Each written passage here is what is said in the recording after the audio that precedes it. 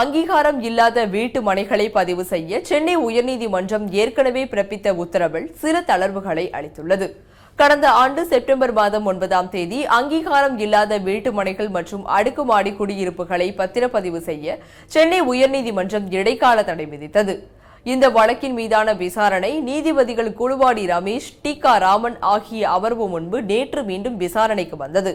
அப்போது அரசு தரப்பு வழக்கறிஞர் பத்திரப்பதிவு குறித்து அரசின் கொள்கை முடிவு எடுக்கப்பட்டுள்ளதாகவும் இன்னும் ஒரு வாரத்தில் நிலங்களை வகைப்படுத்தி உத்தரவு வெளியிட உள்ளதாகவும் தெரிவித்தார். எனவே அங்கீகாரம் இல்லாத இடங்கள் ஏற்கனவே பத்திரப்பதிவு செய்யப்பட்டிருந்தால் அவற்றை மறுபதிவு செய்ய அனுமதிக்கலாம் என்று அரசு தரப்பில் கூறப்பட்டது. இதனை ஏற்ற நீதிபதிகள் பத்திரப்பதிவு குறித்து ஏற்கனவே பிறப்பித்த தடையை முழுவதுமாக நீட்காமல் 2016ஆம் ஆண்டு அக்டோபர் 23ஆம் தேதிக்கு முன்பு பத்திரப்பதிவு செய்த வீட்டு மனையை மறுபதிவு செய்யலாம் என்று கூறியுள்ளனர். அதே சமயம் புதிதாக பத்திரப்பதிவு செய்யும் போது அவை அரசு அங்கீகாரம் இல்லாமல் இருந்தால் அதனை பத்திரப்பதிவு செய்யக்கூடாது எனவும் முதன்மை அமர்வு உத்தரவிட்டுள்ளது.